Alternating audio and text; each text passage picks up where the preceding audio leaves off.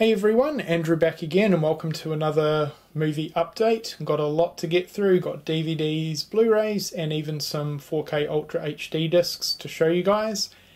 And a good mixture of genres as well. So yeah, we're going to get straight into it and like always, start with the DVDs. Okay, so first up for the DVDs we have The Frighters. This is a mid-90s Peter Jackson horror film.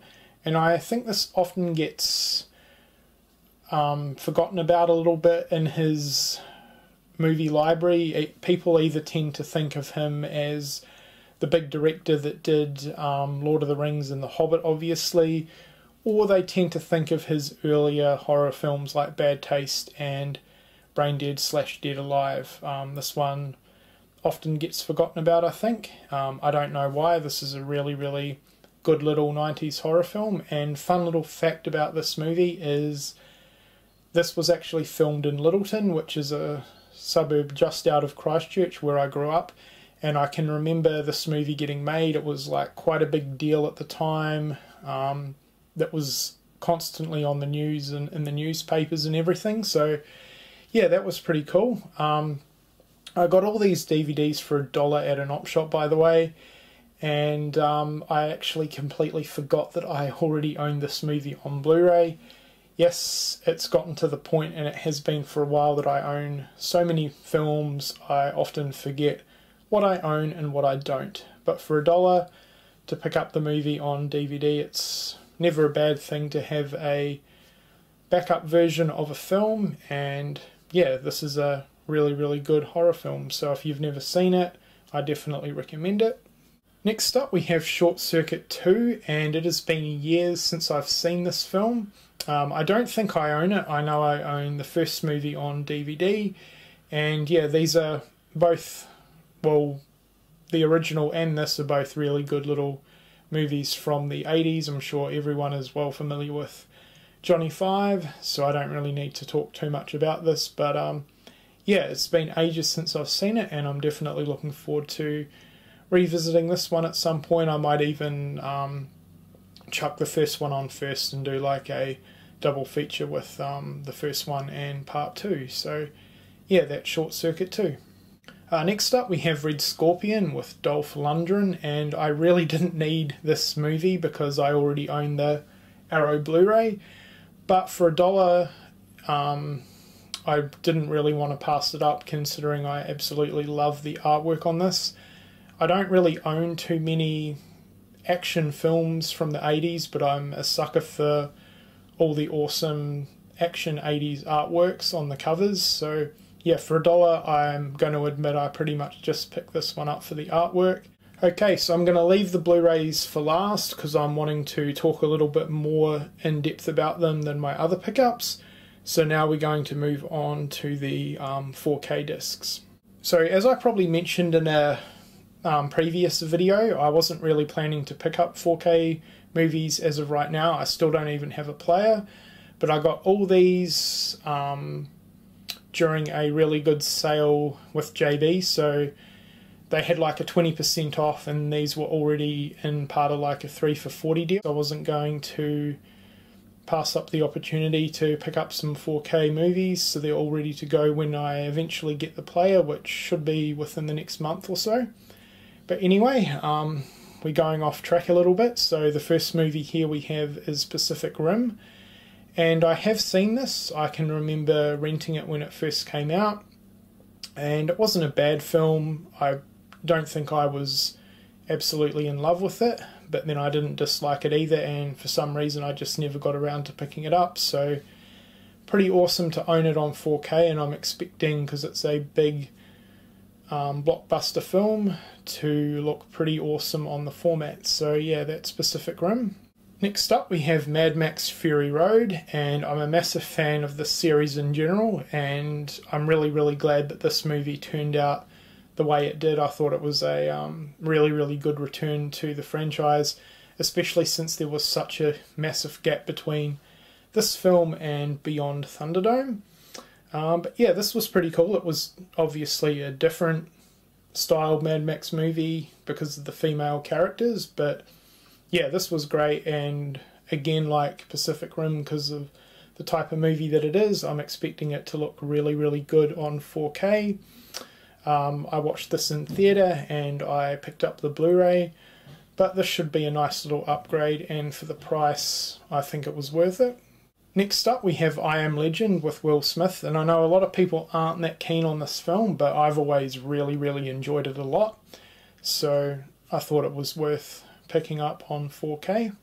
Okay, and the last 4 movies on the 4K format we have the Hunger Games films. So here we have Hunger Games and the sequel Catching Fire, both fantastic films. I'm a massive fan of the series in general, and I even like the books. My favourite is probably the first Hunger Games, closely followed by Catching Fire. But yeah, not really much to say about these films. I'm sure everyone is really familiar with them. And to go along with the first 2 Hunger Games movies, obviously I picked up Mockingjay Part 1 and Part 2. Out of these 2 films, Part 2, well, they're not really 2 films, they're one giant film, but anyway, Part 2 is my favourite. Really, really good ending to the franchise. Okay, and last up we have the Blu-rays. So first up for those we have Making Contact, and this is a really recent release from Kino Lorber. First and foremost, great release. The picture quality and transfer are really, really good. This is region A locked, so keep that in mind if you're planning to import, but I think most people are region free now anyway. I want to thank Wayne for sending me this via a trade, so Wayne, thanks a lot. And this is a film that I'd never seen growing up. It's a mid-80s movie, and yeah, first time watching it, and I've got to say this was really, really good. I'm a big fan of this sort of type of film, which is like a kid family themed movie from the 80s, and yeah, as I said, never saw it growing up, and yeah, had a lot of fun with it. It's about a young boy whose father recently passed away, and he can basically sort of contact him via a telephone, and he develops like telekinesis powers. And then there's a whole other thing with like an old sort of abandoned house and this ventriloquist dummy. It's a weird little movie actually, but yeah, it's really, really good, and surprisingly the effects hold up really, really well. They're sort of the typical cheesy 80s effects that you'd expect from this sort of film, but yeah, overall this movie was really good.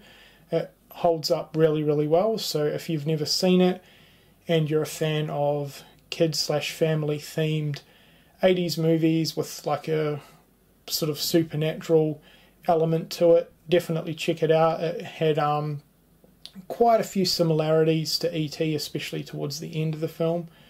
But yeah, overall, really, really enjoyed this, and would definitely recommend it.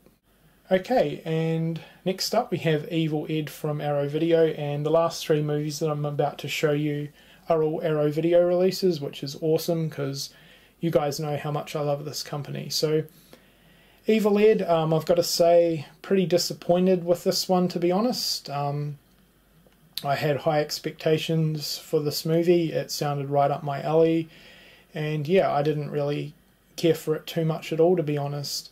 Basically, it's about a guy by the name of Ed who gets a job editing horror movies in a movie department, and it basically drives him insane and pretty loopy and crazy, and he sort of starts hallucinating things and basically hurting people. So that's pretty much the rundown of the plot of this film. Cool premise, I know it sounds pretty cool, but I don't think it was that well executed. I found the movie to be kind of boring in parts, and especially considering this movie was dubbed a splatter film, and even on the back cover it was sort of compared to Peter Jackson's earlier work. No, don't do that. It is not even close to Peter Jackson's splatter films, both in gore and how good the movie is. So yeah, there was a bit of gore in this, but most of it was off screen, and you sort of saw the aftermath of it, which was really, really disappointing.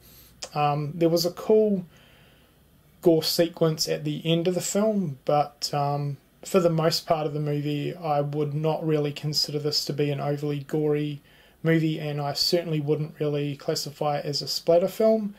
So that was really disappointing.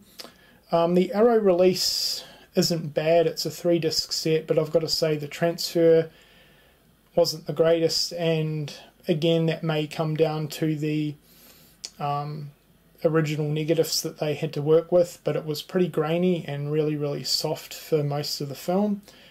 And also I'm a little bit disappointed in the packaging. So this is essentially one of their limited edition releases, and it didn't even come with a slipcover like Brain Damage, Blood Rage and The Mutilator, which is a real shame.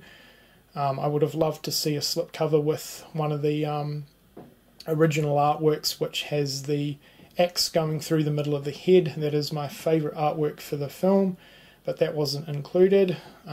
So yeah, I don't know why they didn't include a slip with this release, but overall the movie was pretty disappointing, so I don't recommend it. Alright, and next up we have Brain Damage, which is a fairly recent release from Arrow Video.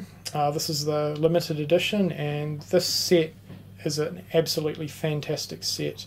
Really happy with it. The custom artwork looks great, and this one comes with a really nice slipcover as well.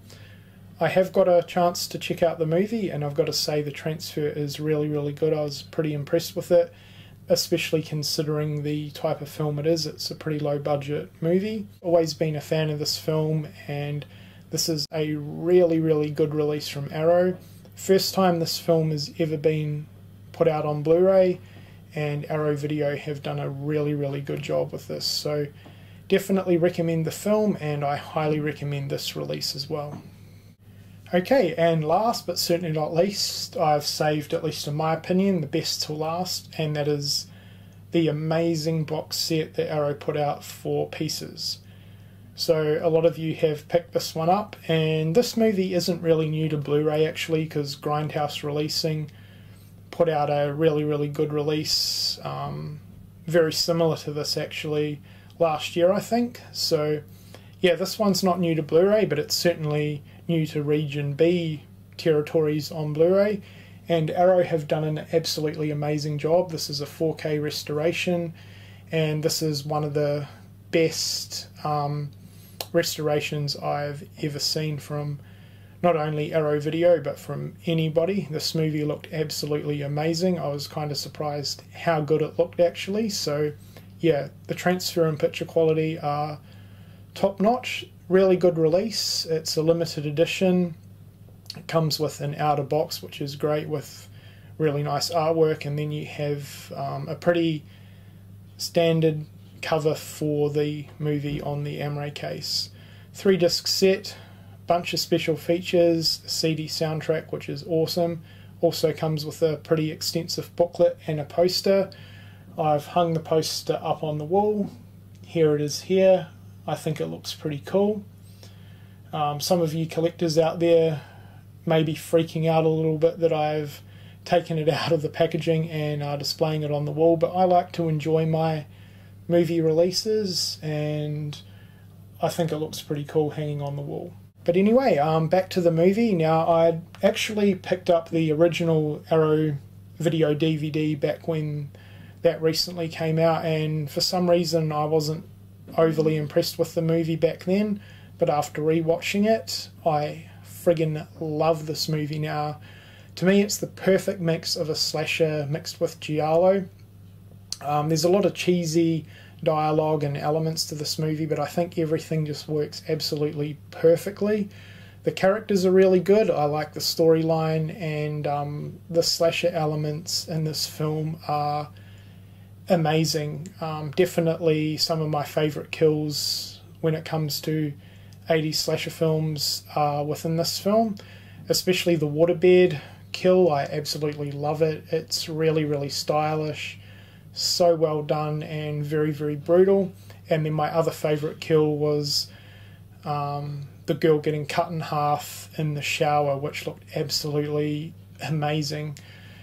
Honestly, cannot fault this movie. Glad I picked up this release. This release is one of my favourite Blu-ray slasher releases ever now, and the movie is just phenomenal. So yeah, if you don't own this on Blu-ray, definitely pick this release up. It is well worth it. Not only is the movie great, but the picture quality, the amount of special features on this release is just phenomenal. So yeah, pieces, love it. Okay, so rather long update, but as you saw, I had a lot of movies to get through, and I really wanted to talk in depth about some of the films that I'd picked up and certain releases. So yeah, hopefully you've enjoyed this video. Let me know what you think of the titles that I've picked up, and thank you for watching.